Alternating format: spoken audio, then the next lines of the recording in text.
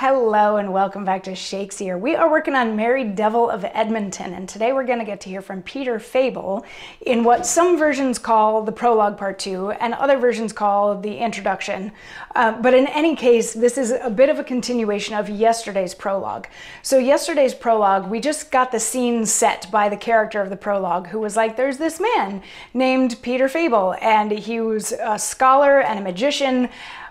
And he had actually made a deal with the devil in order to be able to have all of these powers, and now the devil is going to come calling, time to collect on his soul. So then the prologue continued to set the scene. It's a dark and stormy night, and it's middle of the night, and the darkness is coating the world, and hey, let's check out Peter, who's sleeping right now.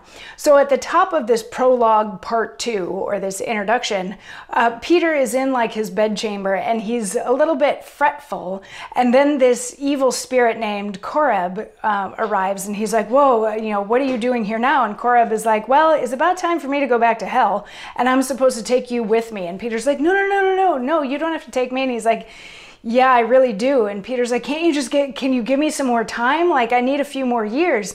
And Koreb's like, no, that's not really how this whole thing works. So Peter's like, okay, just give me a minute. I gotta wrap up some stuff. In my mind, he's like, I gotta send that last email before I can go with you to hell. He's like, while I'm just doing these last couple things, why don't you just have a seat in that chair over there, which was mentioned in the prologue. But he's like, why don't you just have a seat in that chair over there, and I'll get my things together. So evil spirit sits down, and Peter says, oh, that this soul that cost so great a price as the dear precious blood of her Redeemer, inspired with knowledge, should by that alone which makes a man so mean unto the powers, even lead him down into the depth of hell, when men in their own pride strive to know more than man should know. For this alone God cast the angels down.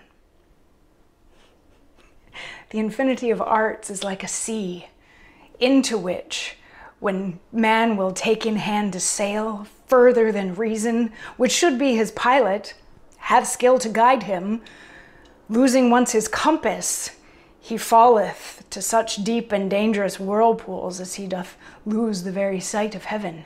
The more he strives to come to quiet harbor, the further still he finds himself from land. Man, striving still to find the depth of evil, seeking to be a god, becomes a devil. So this is a bit of an interesting rumination to kick things off with.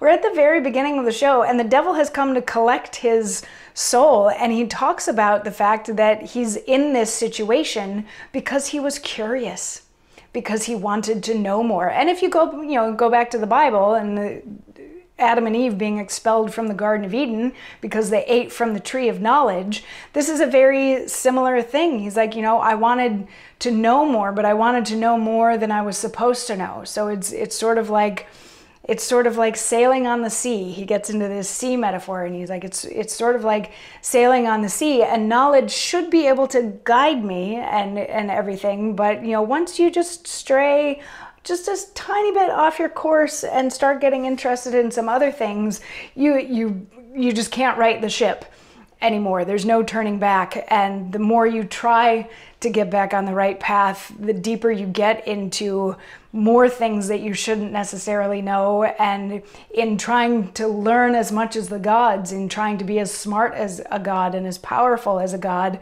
you actually become a devil. So it's almost like we're kicking this off with Peter questioning his own worth as a person. Like, have I been a good person? Have I been a bad person? And maybe realizing that some of the stuff that he did in order to gain this knowledge that he wanted so badly, maybe it turned him into a bad person.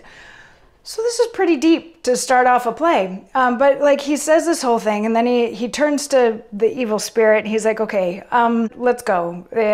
Yeah, okay, I give in, let's go.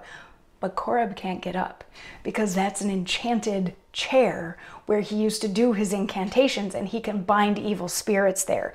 So he has bound Koreb to that chair just by inviting him to sit down in it. And Koreb's like, I can't get up. Like, what is this? What is this? And he's like, okay, here's the deal. I'll let you up if you give me 7 more years. on earth. I need 7 more years before you take my soul. And Korab's like, but I have the contract. You signed it in blood. He's like, give me 7 more years. And finally Korab's like, okay, fine. So he lets the evil spirit up, who's like, all right, 7 years to the second from right now, I'm coming back to collect, and there is absolutely nothing that you'll be able to do about it at that time. You're not going to be able to talk your way out of it, or bargain your way out of it, or magic your way out of it.